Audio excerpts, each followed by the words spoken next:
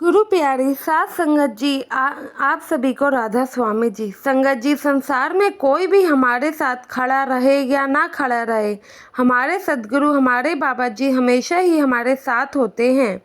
उन्होंने हमेशा ही हमारी संभाल की है। वह कभी भी हमारी गरीबी या अमीरी नहीं देखते हैं। गुरु तो मालिक का एक रूप है और गुरु अपने शिष्य के भाव से प्रसन्न होते हैं, भक्ति से प्रसन्न होते हैं। साथ संगत जी, संगत के अपने इस चैनल पर पहली बार आए हो तो प्लीज़ इसे सब्सक्राइब जरूर करिएगा। साथ संगत जी, आज की इस वीडियो में आप जानोगे कि किन हालातों में बाबा जी अपने एक गरीब सेवादार की बहन की शादी में पहुंचे और उनकी शादी करवाई।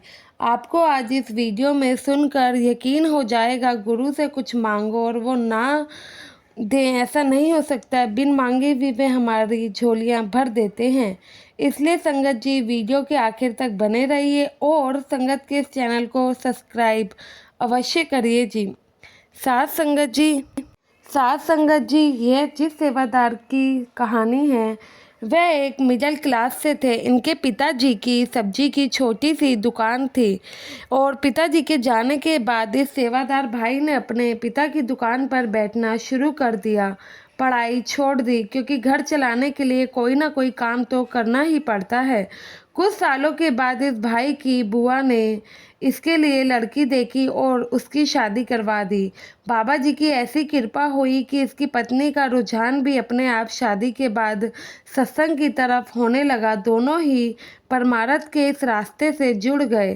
साथ संगत जी, इनकी जो बुआ थी वह पहले से ही सत्संगी थी। माता पिता के जाने के बाद इस भाई ने बुआ को ही माँ बाप समझ रखा था।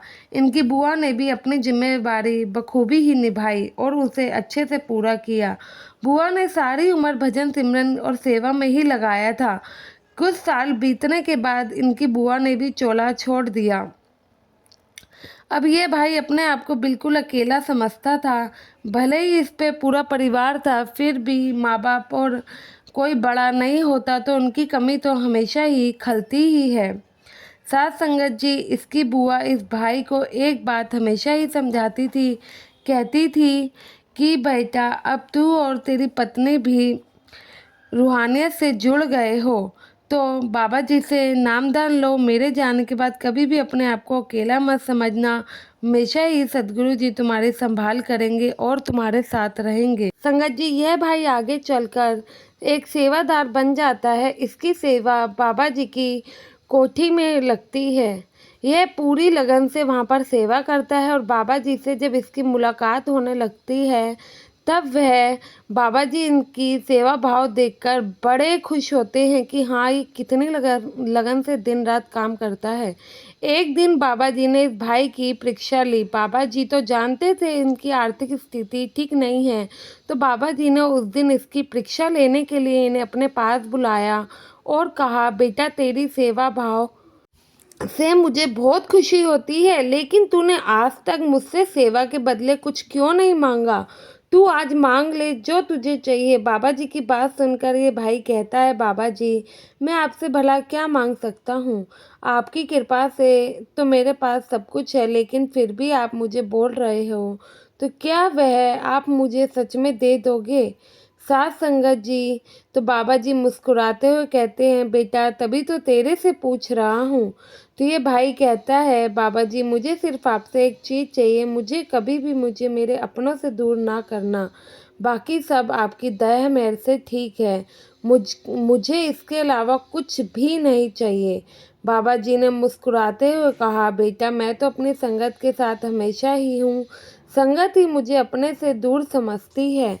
जो संगत भजन सिमरन करती है उन्हें यह बात अच्छी तरह से पता है कि मैं हमेशा उनके पास हूँ। यह कहकर बाबा जी चले गए। यह भाई अपनी परीक्षा में पास हो जाता है। अब थोड़े दिनों के बाद इस भाई का लड़का भी हो जाता है और साथ ही साथ इसकी बहन भी शादी के लिए तैयार थी। तो इसके भाई ने अपनी बहन के लिए रिश्ता देखा तो रिश्ता इन्हें पसंद आ गया। तो रिश्ते के लिए जब वे हाँ करने लगे तो इन्हें अपनी बुआ की बात याद आई। तो इस भाई ने आंख बंद करके बाबा जी को याद किया और रिश्ते वालों को हाँ कर दी। लड़के वालों से मिलकर इस भाई ने रिश्ता तो पक्का कर दिया, लेकिन इस भाई की आर्थिक स्थिति कुछ ज़्यादा ठीक नहीं थी। इसने अपनी बहन की शादी के लिए जो थोड़े बहुत पैसे रखे थे, उन्हीं से तैयारी करना शुरू कर दिया। एक धर्मशाला बुक कर दी, हलवाई को भी बुक करा दिया। बाकी के जो काम थे उन सब के लिए भाई ने सबको एडवांस में थोड़े थोड़े पैसे देकर बुक कर दिया, और सबसे बाकी का पैसा जो कि इनके पास बचा वो शादी के बाद देने की बात कह दी। साथ संगत जी, अब बारी थी शादी के लिए कपड़े वगैरह खरीदने की। यह भाई अपनी पत्नी और बहन को लेकर पास वाले गांव में कपड़े लेने गया। कुछ पैसे इसने साथ में ले लिए, बाकी जो पैसे थे वह रख दिए। उस पैसों से इसने अपनी बहन के लिए गहने भी खरीदने थे, वह सारे इसने अपने घर पर ही छोड़ दिए और आगे की तैयारी के लिए यह शहर की तरफ चल पड़े। संगत जी, वहाँ दिन भर घूमकर इन लोगों ने कपड़े तो खरीद लिए, और रात को जब घर वापस लौट के आए, पीछे से इनके घर में रखा हुआ पैसा और जो थोड़े बहुत गहने थे वे चोरी हो गए। क्योंकि सब जानते थे शादी वाला घर है, तो शादी वाले घर में लोगों को अक्सर पता होता है कि सामान होगा ही होगा। किसकी नीयत कब खराब हुई कुछ पता नहीं लगा। शादी करने के लिए जो पैसे कर्ज पे लिए थे, कर्ज लेकर जो थोड़े से गहने बनवाए थे, सब चोरी हो गए। यह देखकर उसकी जो पत्नी थी भाई की, वह तो रोने लगी और बहन भी बहुत ज़्यादा घबरा गई। यह भाई जरा सा भी नहीं घबराया। इसने अपने मन में बाबा जी से बात की और इसने कहा कि बाबा जी, आपके होते हुए अगर यह हो रहा है तो ज़रूर इसके पीछे कोई ना कोई तो वजह होगी ही। अब मुझे नहीं पता कि आगे क्या होगा, जो भी होगा आप ही को देखना है। साथ संगत जी, इस भाई के चेहरे पर जरा सी भी घबराहट नहीं थी। यह अपनी पत्नी और बहन को समझाने लगा कि शायद चोरी करने वालों को उन पैसों की हमसे ज़्यादा ज़रूरत होगी। अब शादी का दिन भी पास आ रहा था, समझ ही नहीं आ रहा था कि क्या किया जाए। अब इस भाई ने डायरेक्ट बाबा जी से बात करी, तो इसने सबसे पहले कार्ड जाकर बाबा जी को दिया और बाबा जी से कहा, बाबा जी, मैं जानता हूँ आप तो हमेशा ही हमारे साथ हो, लेकिन मेरी बुआ कहती थी जब भी कोई परेशानी या कुछ भी हो तो गुरु को ज़रूर ही याद करना चाहिए, उन्हें अपने काम में ज़रूर शामिल करना चाहिए, इसलिए मैं ये पहला कार्ड आपके पास लेकर आया हूँ। साथ संगत जी, अब शादी का दिन तो निपट गया और इस भाई ने थोड़े से पैसे कर्ज पर लेकर अपनी बहन को गहने भी बनवा दिए। शादी का दिन आया, निपट भी गया, शादी अच्छे तरीके से हो भी गई। शादी के बाद यह भाई 4-5 दिन तक घर से ही नहीं निकला, क्योंकि इसको पता था अगर दुकान तक जाऊंगा तो पैसे तो लोग मांगेंगे ही, सबको थोड़ा थोड़ा दिया था, बाकी का पैसा भी चुकाना ही पड़ेगा। और ना कोई पैसे मांगने वाला इसके पास आया। अब इस पे 1 रुपया भी नहीं था, तो इसलिए ये 10-12 दिन घर पर बैठा रहा। लेकिन ये भी सोचता कि भाई कितनी देर ही घर पे बैठ सकता हूँ। साथ संगत जी, अब इस भाई को ये हैरानी हो रही थी कि अब तक इसके पास कोई पैसे मांगने वाला क्यों नहीं आया है। तो एक दिन हिम्मत करके यह भाई खुद ही एक एक करके उन सबके पास चला गया। सोचा उन्हें सच्चाई बताऊंगा, थोड़ा टाइम लूँगा, जहाँ इतने दिन रुक गए हैं थोड़े दिन और उनसे मांग लूँगा कि आप रुक जाओ, मैं धीरे धीरे आपके पैसे चुका दूँगा। तो सबसे पहले ये भाई हलवाई के पास गया और हलवाई को कहने लगा कि मैं तुम्हारे पैसे 1 महीने में लौटा दूँगा, कृपया करके मुझे क्षमा कर दो। तो वह हलवाई कहता है कि आप क्यों मजाक कर रहे हैं, आपने कौन से हमारे पैसे देने हैं, बल्कि जो पैसे आपको देने थे वह तो आपने एक सरदार जी के हाथों भिजवा तो दिए थे, अब कौन से पैसों की बात कर रहे हो।